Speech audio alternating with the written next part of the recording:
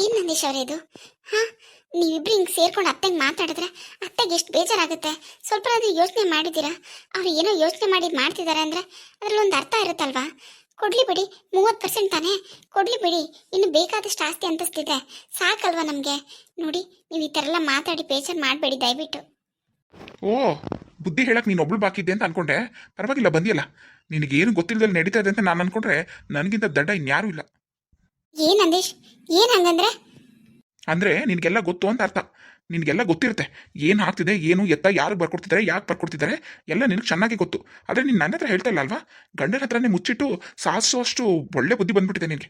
ಅತ್ತೆ ಮಾವನ ಪರ ನೀನು ಅಲ್ವಾ? ಗಂಡ ಏನು ಬೇಕಾದರೂ ಆಗಲಿ, ನಿನಗೆ ನನ್ನ ಬಗ್ಗೆ ಯಾವ ಯೋಚನೆ ಇಲ್ಲ, ನನ್ನ ಬಗ್ಗೆ ಗೌರವನೂ ಇಲ್ಲ ನಿನಗೆ. ನಂದೀಶ್, ಏನು ಹೀಗೆ ಮಾತಾಡ್ತಿದ್ದೀರಾ? ನಿಮ್ಮೇಲೆ ನನ್ನ ಗೌರವ ಪ್ರೀತಿ ಎಲ್ಲ ಇದೆ. ಆದರೆ ಅತ್ತೆ ಮಾವನ ಹತ್ರ ಮಾತಾಡಿರೋದು, ಮಾವ ಅತ್ತೆ ಹತ್ರ ಅವ್ರ ಕಷ್ಟನ ಹೇಳ್ಕೊಂಡಿರೋದಕ್ಕೆ ಅವ್ರು ಬಂದು ಇಲ್ಲಿ ಹೇಳ್ತಿದ್ದಾರೆ ಅಷ್ಟೇ. ಅದ್ರ ಬಗ್ಗೆ ನನಗೇನು ಗೊತ್ತು? ನನಗೇನು ಗೊತ್ತಿಲ್ಲ ನಂದೀಶ್. ಅದೇ ಪ್ರೇಮ, ನಾನು ಅವಾಗ ಹೇಳಿದ್ನಲ್ಲ, ನೀನು ಗೊತ್ತಿಲ್ಲ ಅಂತ ನೀನು ಹೇಳಿದಷ್ಟು ನಂಬಕ್ಕೆ ನಾನು ದಡ್ಡ ಅಲ್ಲ. ಇಷ್ಟು ದಿನ ಎಲ್ಲ ನಿನ್ನ ಕೈಲಿ ಜವಾಬ್ದಾರಿ ಕೊಟ್ಟು ನಾನು ಹೆಂಡತಿ ಮನೆ ನೋಡ್ಕೋತಾಳೆ ಅಂತ ನಿನ್ನ ನಂಬಿದ್ದೀನಿ ಅಷ್ಟೇ. ಹಾಗಂತ ನೀನು ಹೇಳೋದನ್ನೆಲ್ಲ ನಾನು ನಂಬ್ಕೊಂಡು ದಡ್ಡನ ಥರ ನಿಂತಿರ್ತೀನಿ ಅಂತಲ್ಲ. ನನಗೂ ಸ್ವಲ್ಪ ಬುದ್ಧಿ ಇದೆ. ನೀನೇ ದೊಡ್ಡ ಮೇಧಾವಿ, ದೊಡ್ಡ ಬುದ್ಧಿವಂತೆ ಅಂತ ಅಲ್ಲ ಅನ್ಕೋಬೇಡ. ನನಗೆ ಗೊತ್ತು, ನೀನು ನಿಮ್ಮ ಮಾವ ಎಷ್ಟು ಕ್ಲೋಸು, ನೀನು ನಿಮ್ಮ ಅತ್ತೆ ಎಷ್ಟು ಕ್ಲೋಸು, ಎಲ್ಲ ನನಗೆ ಚೆನ್ನಾಗಿ ಗೊತ್ತು. ಅವರು ನಮಗಿಂತ ಮಕ್ಳಿಗಿಂತ ಹೆಚ್ಚಾಗಿ ಸೊಸೆಯತಿರ ಜೊತೆ ಜಾಸ್ತಿ ಕ್ಲೋಸ್ ಆಗಿರೋದು. ಅದರಲ್ಲೂ ನೀನಂದರೆ ಅವ್ರ ಇಬ್ಬರಿಗೂ ಪಂಚಪ್ರಾಣ. ಅದರಲ್ಲೂ ನಮ್ಮ ಅಪ್ಪಂಗೆ ಅಯ್ಯೋ ಮುದ್ದಿನ ಸೊಸೆ ಅಲ್ವಾ ನೀನು? ನಿನ್ನ ಹತ್ರ ಹೇಳ್ಕೊಳ್ತಾ ಇರ್ತಾರಾ? ಹೇಳ್ಕೊಂಡಿರ್ತಾರೆ. ಎಲ್ಲ ವಿಷಯನೂ ನಿನಗೆ ಚೆನ್ನಾಗಿ ಗೊತ್ತಿರುತ್ತೆ. ಆದರೆ ನೀನು ಹೇಳ್ತಾ ಇಲ್ಲ ಅಷ್ಟೇ. ನೋಡೋಣ, ಎಷ್ಟು ದಿನ ಮುಚ್ಚಿಡ್ತೀಯೋ ಮುಚ್ಚಿಡು, ನಾನು ನೋಡ್ತೀನಿ. ನಂದೀಶ್ ಅವರೇ, ಏನಿದು? ಯಾಕೆ ಹೀಗೆಲ್ಲ ಮಾತಾಡ್ತಿದ್ದೀರಾ ನೀವು? ನೋಡಿ, ಪ್ರೇಮ ಬಗ್ಗೆ ನಿಮಗೆ ಗೊತ್ತು. ನೀವು ಹಿಂಗೆಲ್ಲ ಮಾತಾಡೋದು ಸರಿಯಾ? ನೀವು ಅವಳ ಜೊತೆ ನಿಂತ್ಕೊಂಡು ಸಪೋರ್ಟಿವ್ ಆಗಿರೋದು ಬಿಟ್ಬಿಟ್ಟು ಹಿಂಗೆಲ್ಲ ಮಾತಾಡ್ತಾ ಇದ್ದೀರಲ್ಲ, ಇದೆಲ್ಲ ಸರಿ ಕಾಣಕ್ಕಿಲ್ಲ. ನೋಡಿ, ಅವಳಿಗೆ ಹೆಂಗೆ ಗೊತ್ತಿರ್ತದೆ, ನಮ್ಗೇನು ಗೊತ್ತಿರ್ತದೆ ಹೇಳಿ? ಮಾವ ಏನು ತೊಂದರೆ ಆಗದೆ, ಅವ್ರ ಪ್ರಾಬ್ಲಮ್ ಏನು ಅನ್ನೋದು ಅತ್ತೆ ಹತ್ರ ಹೇಳ್ಕೊಂಡವ್ರೆ. ಅದಕ್ಕೆ ಅತ್ತೆ ನಮ್ಮನ್ನೆಲ್ಲ ನಿಲ್ಲಿಸಿ ಕೇಳವ್ರೆ. ನಮಗೆ ಗೊತ್ತಿದ್ರೆ ನಮ್ಗೆ ಹೇಳ್ತಿರ್ತಿಲ್ವಾ? ಇಲ್ಲ ನಾವೇ ಹೇಳ್ತಿರ್ತಿಲ್ವಾ? ನಮಗೇನು ಹೇಳಿಲ್ಲ ಅವರು. ಸುಮ್ಮನೆ ನೀವೇನೇನೋ ಅಂದ್ಕೊಂಡು ಪ್ರೇಮನ ಮೇಲೆ ಹಿಂಗೆ ರೇಗಾಡೋದು ಸರಿ ಇಲ್ಲ. ಅಯ್ಯೋ ಅದಕ್ಕೆ ಸುಮ್ಮನಿರಿ, ದಯವಿಟ್ಟು ಸುಮ್ಮನಿರ್ಬಿಡಿ ನೀವು. ನಿಮ್ಗೇನು ಗೊತ್ತಿಲ್ಲ, ಇವಳ ಬಗ್ಗೆ ನಿಮ್ಗೇನು ಗೊತ್ತಿಲ್ಲ. ಅದಕ್ಕೆ ಇವಳಿಗೇನು ಗೊತ್ತಿಲ್ಲ ಅಂತ ತಿಳ್ಕೊಂಡಿದ್ದೀರಾ ನೀವು? ನಿಮಗೆ ಗೊತ್ತಿಲ್ಲದೆ ಇರ್ಬೋದು, ಆದರೆ ಇವಳಿಗೆಲ್ಲ ಗೊತ್ತು. ಇವಳು ನಿಮ್ಮ ಥರ ಅಂತ ಅನ್ಕೋಬೇಡಿ ನೀವು. ನೋಡಿ, ನನಗೆ ಇವ್ಳ ಬಗ್ಗೆ ಎಲ್ಲ ಗೊತ್ತಿರೋದಕ್ಕೆ ಮಾತಾಡ್ತಾ ಇರೋದು. ಇವಳಿಗೆ ಇಷ್ಟು ಗೌರವ, ಇಷ್ಟು ಪ್ರೀತಿ, ಇಷ್ಟು ನಂಬಿಕೆ ಕೊಟ್ಟು ಈ ಮನೆ ಜವಾಬ್ದಾರಿ ಕೊಟ್ಟು ನೆಡ್ಸ್ಕೊಂಡು ಹೋಗ್ತಾಳೆ ಅಂತ ನಾನು ಅನ್ಕೊಂಡ್ರೆ ಗಂಡನಿಗೆ ಮೋಸ ಮಾಡೋದು ಕಲ್ತಿದ್ದಾಳೆ. ಗಂಡನ ಹತ್ರನೇ ಮುಚ್ಚಿಡೋದು ಕಲ್ತಿದ್ದಾಳೆ. ಮಾಡು ಅದೆಷ್ಟು ದಿನ ಮಾಡ್ತೀವಿ, ಮಾಡಿ ನೋಡ್ತೀನಿ ನಾನು. ನೋಡಿ ಸುಮ್ಮನಿರಿ ದಯವಿಟ್ಟಿಗ, ಸಾಕು. ಏನಿಗೆ ಮಾತಾಡೋದು ನೀವು? ಸರಿ ಬಿಡಿ, ಸುಮ್ಮನೆ ಇಲ್ದಿರತ್ತೆ ಅಪವಾದ ಎಲ್ಲ ವಹಿಸ್ಬಿಡಿ ನೀವು ಅವಳ ಮೇಲೆ. ಹೌದಕ್ಕೆ ಅಪವಾದ ಅಂತಲೇ ಅನ್ಕೊಳ್ಳಿ, ಅಪರಾಧ ಅಂತಲೇ ಅನ್ಕೊಳ್ಳಿ. ನೋಡಿ, ಈಗ ನನಗೆ ಅವಳು ಗೊತ್ತು ಅಂತ ಡೌಟು ಅಷ್ಟೇ. ಅದಕ್ಕೆ ನಾನು ಇಷ್ಟೆಲ್ಲ ಮಾತಾಡ್ತಾ ಇದ್ದೀನಿ. ಅವಳು ನಿಜವಾಗ್ಲೂ ಗೊತ್ತು ಅನ್ನೋದು ನನಗೇನಾದರೂ ಗೊತ್ತಾದರೆ ನನಗೇನು ಅಂತ ಅವಳಿಗೆ ತೋರಿಸ್ಬೇಕಾಗ್ತದೆ. ಏನು ನಂದೀಶ್ ಇದು? ಯಾವತ್ತೂ ಈ ಥರ ನೀವು ನನಗೆ ಮಾತಾಡಿದ್ದೆ ನಾನು ನೋಡಿಲ್ಲ. ಈ ಥರ ಆಸ್ತಿಗೋಸ್ಕರ ಹೆಂಡ್ತಿನ ಈ ಥರ ಮಾತಾಡ್ತಿದ್ದೀರಾ ನೀವು? ನೋಡಿ, ನನಗೆ ಗೊತ್ತಿದ್ರೆ ನಾನು ನಿಮ್ಮ ಹತ್ರ ಹೇಳ್ತಿರ್ಲಿಲ್ವಾ? ನಂದೀಶ್, ದಯವಿಟ್ಟು ನೀವು ಈಗೆಲ್ಲ ಮಾತಾಡಬೇಡಿ, ನಂಗೆ ತುಂಬ ಬೇಜಾರಾಗುತ್ತೆ. ನೀವು ನನ್ನ ಬಗ್ಗೆ ತಿಳ್ಕೊಂಡಿರೋಷ್ಟು ಬೇರೆ ಯಾರೂ ತಿಳ್ಕೊಂಡಿಲ್ಲ ಅಂತ ಅಂದ್ಕೊಂಡಿದ್ದೀನಿ. ನೀವು ನನ್ನ ನಂಬ್ತೀರ, ನನ್ನ ಪ್ರೀತಿ ಮಾಡ್ತೀರ ಅಂತ ಆಸೆ ಇಟ್ಕೊಂಡಿದ್ದೀನಿ. ಸುಮ್ಮನೆ ಏನೇನೋ ಮಾತಾಡಿ ನನ್ನ ಮನಸ್ಸಿಗೆ ನೋವು ಮಾಡಬೇಡಿ. ದಯವಿಟ್ಟು ನನ್ನ ಅರ್ಥ ಮಾಡ್ಕೊಳ್ಳಿ ನಂದೀಶ್. ಇಲ್ಲ ಪ್ರೇಮ, ಇಲ್ಲ, ಯಾವುದೇ ಕಾರಣಕ್ಕೂ ನಾನು ನಿನ್ನ ಅರ್ಥ ಮಾಡ್ಕೊಳ್ಳೋ ಪ್ರಯತ್ನ ಮಾಡಲ್ಲ. ಇಲ್ಲಿ ಏನು ನಡೀತಿದೆ ಏನು ಅನ್ನೋದೇ ನನಗೆ ಗೊತ್ತಾಗ್ತಿಲ್ಲ. ನೀನು ನಿಜವಾಗ್ಲೂ ಗೊತ್ತಿಲ್ಲ ಅಂದರೆ ಇದು ನನ್ನ ಕೋಪ ಅಂತ ಅಷ್ಟೇ ಅನ್ಕೋ.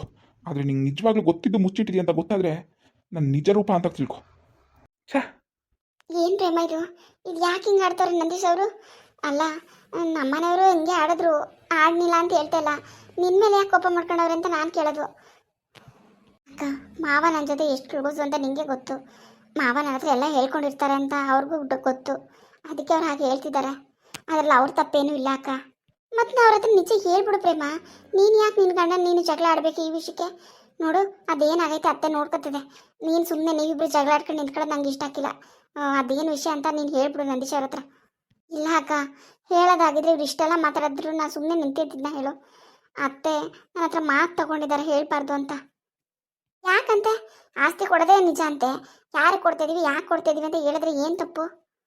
ಅದು ಹಂಗಲ್ಲ ಅಕ್ಕ. ಮಾವನ ಕಂಡ್ರೆ ಮೊದಲೇ ಬಾವಂಗೂ ಆಗಲ್ಲ, ನಂದೀಶ್ ಅವ್ರಿಗೂ ಆಗಲ್ಲ. ಅವ್ರಿಗೆ ಮೊದಲೇ ಇವ್ರಿಗೆ ಗೌರವ ಕೊಡಲ್ಲ. ಈ ಥರ ಕೆಲಸ ಮಾವ ಮಾಡಿದ್ದಾರೆ ಅಂತ ಗೊತ್ತಾದರೆ ಇವರಿಬ್ಬರು ಅವನ್ನ ಯಾವ ಥರ ನೋಡ್ತಾರೆ ಅಂತ ನೀವೇ ಅರ್ಥ ಮಾಡ್ಕೊ.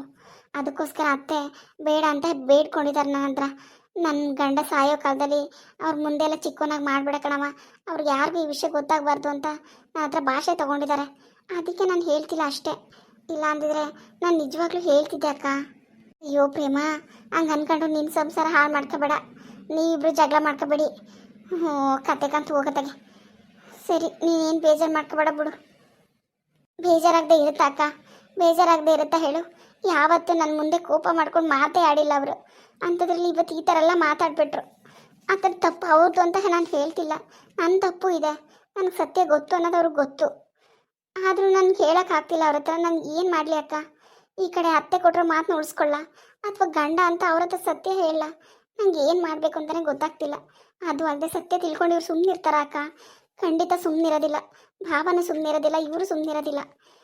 ಏನು ಮಾಡೋದು ಅಂತ ನನಗೆ ಅರ್ಥ ಆಗ್ತಿಲ್ಲ. ನೋಡು, ನಂದಿಸ ಏನೋ ಕೂಗ್ತಲ್ಲ ಹಂಗೆ ಮಾತಾಡೋವನೇ ಅಷ್ಟೇ. ಅಷ್ಟು ಬಿಟ್ರೆ ನಿನ್ನ ಜೊತೆ ಹಂಗೆಲ್ಲ ನಡ್ಕೊಳಕ್ಕಿಲ್ಲ. ರೂಮಲ್ಲಿ ಇರ್ತಾನೆ, ಹೋಗ್ಬಿಟ್ಟು ಸಮಾಧಾನವಾಗಿ ಮಾತಾಡು. ಸಮಾಧಾನವಾಗಿ ಕೂತ್ಕೊಂಡು ಪ್ರೀತಿಯಿಂದ ಮಾತಾಡು. ಹಿಂಗೆಲ್ಲ ಹಂಗೆ ಅಂತ ಅರ್ಥ ಮಾಡಿಸು. ಈಗ ನಿಮ್ಮ ಅಪ್ಪಂಗೆ ಏನು ತೊಂದರೆ ಆಯಿತು ಏನೋ ಅಂತ ನಿಮ್ಮ ಅವ್ವನ ಹತ್ರ ಹೇಳ್ಕೊಂಡವ್ರೆ. ನಮಗೇನು ಗೊತ್ತು, ನೀವು ಯಾಕೆ ನನ್ನ ಮೇಲೆ ಹಿಂಗೆ ಮಾಡಿರಿ? ಏನೋ ಅದು ಇದು ವಿಷಯಗಳಿದ್ರೆ ಹೇಳ್ಕೊತಾರೆ.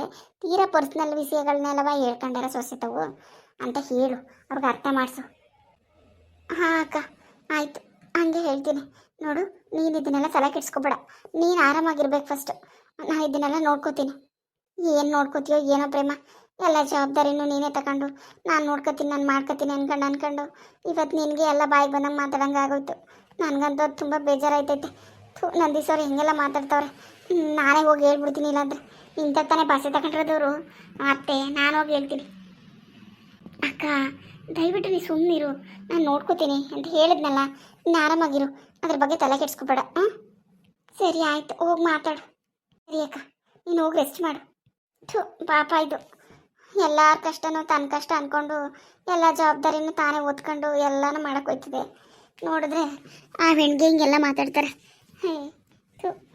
ಪಾಪ ಏನು ಮಾಡೋದದು? ಈ ಕಡೆಗೆ ಅಂತ ಸತ್ತದ, ಆ ಕಡೆಗೆ ಅಂತ ಸತ್ತದ.